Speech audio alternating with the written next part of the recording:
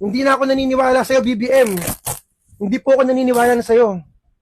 Magandang araw po sa lahat po ng aking mga followers dito sa Facebook.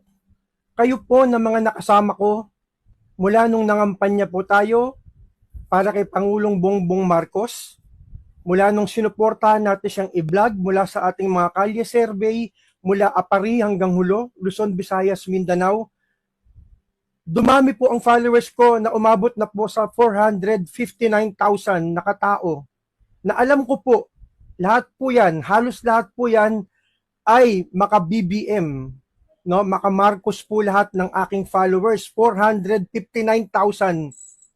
Pero mga kababayan ko, pinag-isipan ko po ito ng mahabang araw, panahon, kung gagawin ko ba ito. Kasi hindi ko na po talaga masisikmura ito. Nasa inyo na po yon kung ano po ang gagawin nyo